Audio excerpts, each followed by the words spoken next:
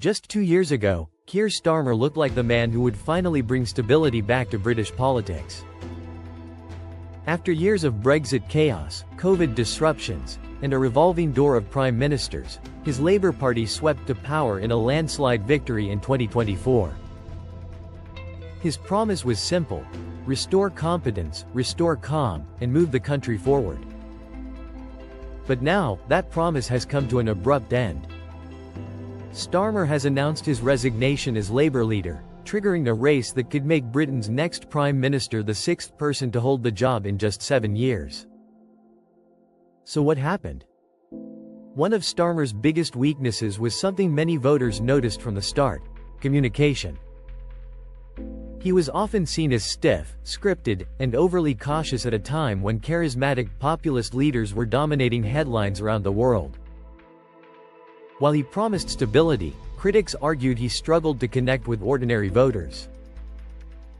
Then came a series of controversies that damaged his carefully crafted image.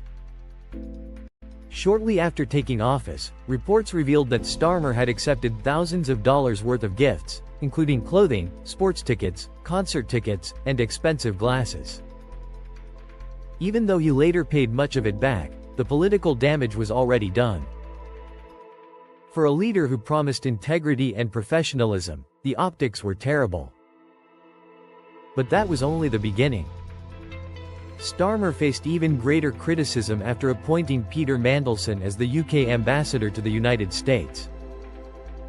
9 months later, Mandelson was removed from the role amid controversy surrounding his ties to Jeffrey Epstein.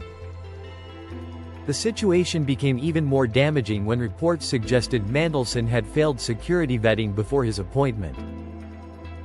That raised a difficult question for voters: if Starmer didn't know, why not? And if he did know, why appoint him anyway?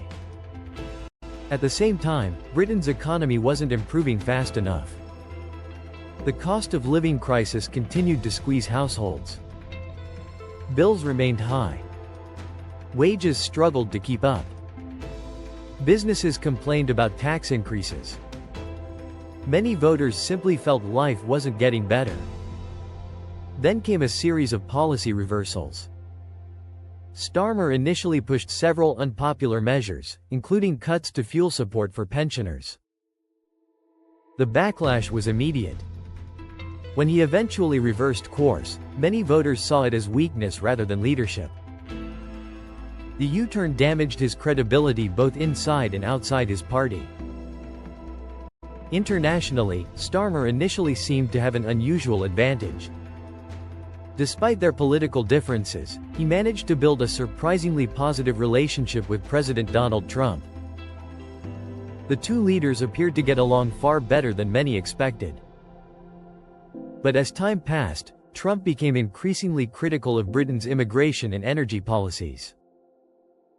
Even so, their relationship remained one of the more unexpected political partnerships on the global stage. The real turning point came in local elections held earlier this year. Labour suffered devastating losses, losing roughly 1,500 council seats in what became one of the party's worst local election performances in decades. Even more concerning for Labour was the rise of Reform UK, led by Nigel Farage. Running on a strong anti-immigration platform, Reform began attracting voters from both Labour and the Conservatives. Suddenly, Britain's traditional two-party political system looked less certain than ever.